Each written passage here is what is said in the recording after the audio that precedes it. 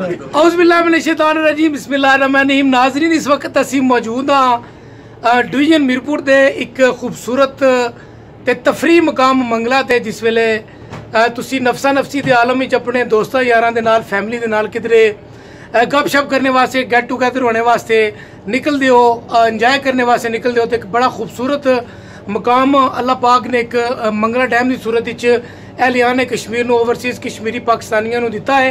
इस वेले मेरे नाल ओवरसीज़ कश्मीरी पाकिस्तानी की एक बड़ी तादाद मौजूद है, जेडे दोस्त यार अपने इत्थे मेरे नाल गेट टूगेदर होके बोट ते मंगला डैम विच जेड़ा ना जी लाइव जेड़ा ना इत्थे जेड़ा ना सैर कर रहे ने। सब तो पहला शराज साहब नाल गुफ्तगू करांगे ते अज दी जेड़ी गेट टूगेदर जेड़ी दिहाड़ है साडी गेट टूगेदर हुई है, जेडे साडे हैदर अली काशिर साहब ने, उन्होंने जनाब इस तमाम इवेंट का बंदोबस्त किया है, उहदे बारे च गुफ्तगू करांगे।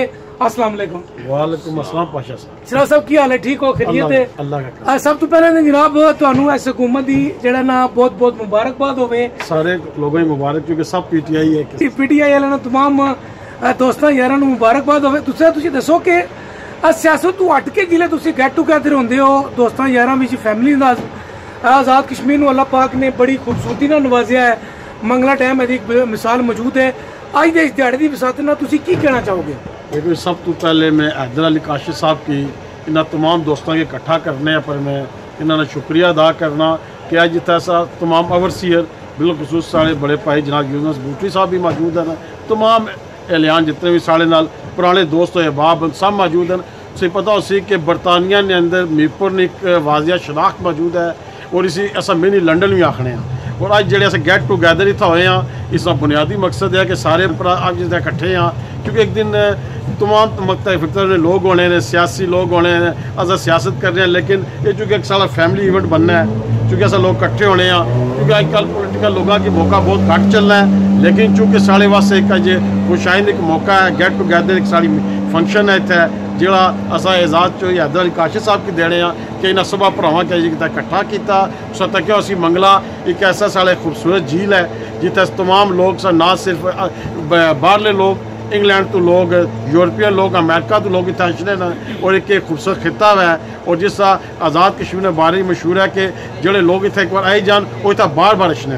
तो इसलिए मैं तमाम दोस्तों का शुक्रगुजार हाँ जो जिथे आए न, और पाशा साहब बिलखसूस तुसा ना जिन्हें अज इतने एक अच्छा एक प्रोग्राम मुरतब करवाया, इसका मैं तमाम दोस्तों का शुक्रगुजार। जी, शराज साहब की बड़ी खूबसूरत गल है कि अल्लाह पाक ने डिवीजन मीरपुर आज़ाद कश्मीर नूं मंगला डैम की सूरत विच एक बड़ी खूबसूरत तफरी का और जड़ी है ना एक सियाती मुकाम मैसर किया है। तो ओवरसीज़ कश्मीरी जिथे किधरे भी होन, इंग्लैंड में होन, दीगर मुकामात में होन, जो डिवीजन मीरपुर आमदे ने वो इस मुकाम का जरूर विजिट करते हैं। एक सियासी समाजी शख्सियत अज हैदर अली काशिर साहब ने अपने प्रोग्राम में मदू किए ने। जनाब यूनुस बरूटी साहब अज की इस तकरीब के हवाले को जानने कि यूनुस बरूटी साहब सुनाओ, तुहानू कैसा चासा आ रहा? सब तो पहला जनाब पाशा साहब, मैं मेरे पास अल्फाज नहीं जनाब हैदर अली काशिर का और सारे दोस्तों का शुक्रिया अदा करिए। कम अज कम इन्हें ऐसा एक तफरी और पंजाबी भी कहते ना ऐसा चस आ रही है, और ऐसा प्यारा माहौल बना दिता आपने माशाअल्लाह तक। ऐसा मंगला डैम की सैर कर रहे हैं जिस वास्ते सारे लोग तरसते हैं। और सब तो वड्डी गल है अज कोई सियासी गल नहीं, कोई कुछ नहीं, एक देसी माहौल आ रहा, और देसी माहौल मैं समझना भाई जितना मज़ा होंदा वो कितना भी नहीं होंदा। तो इस वास्ते जनाब शराज अकरम साहब न, साडी चौधरी साहब और भी जितने एहलियान मेंबर भी न, तो सारे अस जेडे मिले है जनाब चौधरी हैदर अली काशिर का शुक्रिया अदा करते हैं। तो अस कहते हैं भाई अल्लाह ताला इन्हों अपने हर मकसद की कामयाबी करे, तो अल्लाह ताला इन्होंने होर तौफीक दे, सानू खुली सैर करा काम यही है। बहुत शुक्रिया जी। यूनुस बरूटी साहब ने आखिया जी बहुत शुक्रिया हैदर अली काशिर साहब का, जिन्होंने डैम उपर जड़ा ना जनाब महफिल सजाई है, तो सानू जनाब अज बड़ा तफरी मौका दिता है। उमर भाई जनाब सवेरे सवेरे मैनू जनाब उठा के ते नाल लैके इस रौनक जी दोबारा करने वास्ते तशरीफ लाए। हूँ इस तकरीब के जोड़े मेज़बान ने मेरे मोहतरम चाचू अब्दुल रऊफ काशिर साहब के साहबजादे हैदर अली काशिर साहब, उन्होंने को अज के प्रोग्राम की वसात ना पूछने आ कि उन्होंने किस तरह ख्याल आया कि जितने भी उन्होंने दोस्त यार ने बोट ते मंगला डैम ते इकट्ठियां करके उन्होंने एजाज विच बड़ा पुरतकलफ जड़ा ना खाना अरेंज करके बिस्मिल्लाहिर्रहमानिर्रहीम सब नालों पहले तो मैं पाशा दा तुहाडा शुक्रिया अदा करना कि तुसां जिस महफिल भी जाते हो बड़ी रौनक बख्श देंदे हो।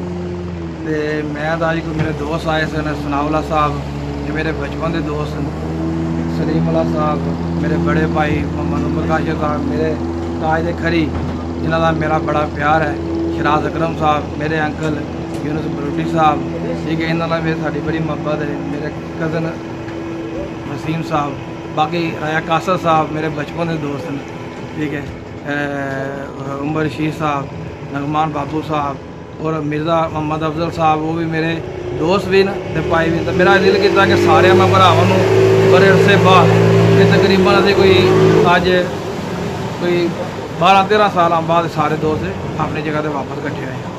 तो मैं बड़ी खुशी महसूस करना था कि असीं सारे इकट्ठे होइए ते किसी ऐसी जगह जाके कोई बवीए गपशप लाइए तो जिहदे साडा अज फोन भी पावर ऑफ है, ठीक है। तो इस वास्ते कि असीं जाके अपने दोस्तों नाल बवीए गप लाइए कोई पुरानियां गल्लां भी छेड़िए, ठीक है। तो अज अल्लाह के फजल नाल असीं इत्थे आए हैं।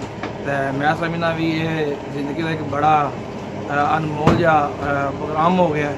तुसां दे आमने नाल मेरे भाई दे आमने नाल मेरे बुजुर्ग गुलाम सूर कुंडी ले भी इत्थे मौजूद हैं, ठीक है। आल मुस्लिम कॉन्फ्रेंस के जनाब साबिक सदर भी हैं, जनाब गों साहब, अली अहमद साहब, मेरे कज़न जनान साहब सब वारिस साहब सारे मौजूद। अल्हम्दुलिल्लाह जैसा मैं समझना भी अज असां वास्ते एक दोबारा जरा असीं इकट्ठे होए अल्लाह पाक ने कठाया, तो अल्लाह पाक का लख लख शुक्र है जी। बहुत शुक्रिया हैदर अली काशर साहब, तुहाडी मेहमान नवाजी का तमाम दोस्त ने जो शुक्रिया अदा कर रहे हैं। इन्होंने बड़ी खूबसूरत गल की कि देसी जी एक गल है कि 11 नाल 12 11 बगैर कोई संगत भी मुकम्मल नहीं होंगी। एक डैम है, खूबसूरती नूं इंजॉय कर रहे हैं। और दूसरा जी इत्थे इन्होंने एक खाने का इंतजाम किया है, उन्होंने भी इंजॉय करेंगे। नाज़रीन दुनिया इस वेले नफसा नफसी के आलम लॉकडाउन तो बाद उस बाद मुख्तलिफ वायरस अटैक तो बाद दुनिया जी परेशानी के आलम में मुबतला है। सानू चाहिए कि अपने दोस्तों यारां दी गेट टूगेदर नशिस्तां दा अरेंज करते रहिए, अपनी फैमिली लैके अपनी दोस्तों लैके आइए, ताकि इस जिंदगी नूं अल्लाह पाक ने बड़ी खूबसूरत जिंदगी सानू दी है। जिंदगी एक नेमत है, सेहत एक नेमत है, इनू इंजॉय करिए। और आज़ाद कश्मीर की एक बड़ी खूबसूरत जगह जी है मंगला डैम है, इत्थे आके चस लविए। सनाला साहब अज मीर पिंबर तो स्पेशल जनाब इन्होंने शिरकत की, इन्होंने भी शुक्रिया। चलदी बोट से असी जनाब अज यासीन साहब भी नाल मौजूद ने। चलदी बोट से जनाब अज असी हैदर अली काशर साहब की तरफों खाना खावांगा ते दिल जरा ना धक धक भी नाल करता पिया है कि पता नहीं क्या होगा, लेकिन डरने की कोई जरूरत नहीं। सेफ गार्ड सेफ जैकेट मौजूद ने। तुसी आओ मंगला डैम का विजिट करो, इंजॉय करो, खुश रहो, अपने साथियों का, फैमिली का, वालदैन का, दोस्तों का बहुत ख्याल रखो। अल्लाह हाफिज।